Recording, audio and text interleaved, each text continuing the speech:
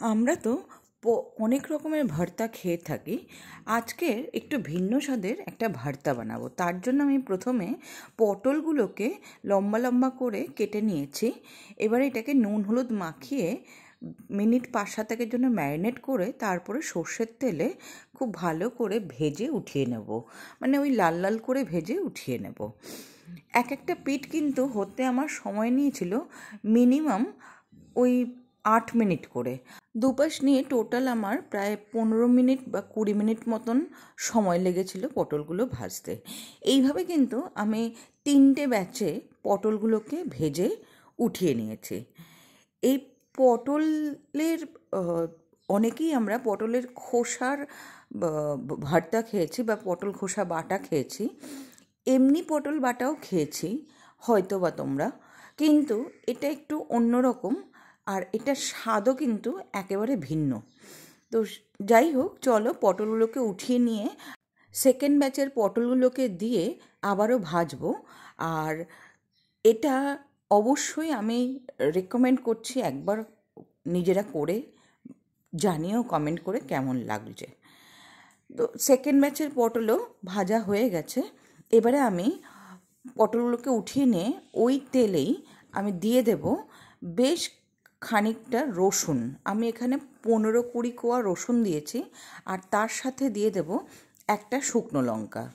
রসুনগুলো একটু লাল লাল করে ভেজে নিতে হবে, আর একটু যদি কম আঁচে ভাজা হয় তাহলে কিন্তু একেবারে ভেতর থেকে নরম হয়ে যাবে।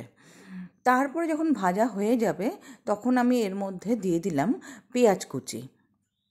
আমি পেঁয়াজ কুচিগুলোকে খুব বেশি লাল করব না, মোটামুটি কালার ধরা পর্যন্তই কিন্তু আমি পেঁয়াজ কুচিগুলোকে ভাজতে থাকবো। কালার যেই ধরে যাবে আমি কিন্তু এটাকে উঠিয়ে নেব, মানে ক্যারামেলাইজড হওয়া পর্যন্তই কিন্তু ভাজবো। তারপরে আমি এটাকে উঠিয়ে একটা সাইডে রেখে দেব। এরপরে ওই সেম কড়াইতেই আমি দিয়ে দেব চিংড়ি মাছ। এটা কিন্তু সম্পূর্ণটাই অপশনাল, চাইলে দিতে পারো, না চাইলেও অসুবিধা নেই। টেস্টের অবশ্যই হেরফের তো হবেই, কিন্তু অনেকেরই আছে চিংড়ি মাছের প্রবলেম হয়, তো সেই ক্ষেত্রে না দিলেও কিন্তু খারাপ লাগবে না। আমি চিংড়ি মাছটাকেও নুন হলুদ মাখিয়ে রেখেছিলাম 10-15 মিনিটের জন্য।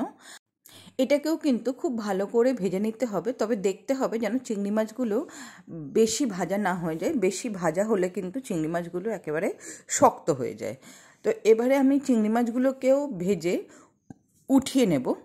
উঠিয়ে নেওয়ার পর আমি এবারে অন্য একটা জায়গা নেব, যেই জায়গাটার মধ্যে আমি নুন আর শুকনো লঙ্কাটাকে নিয়েছি।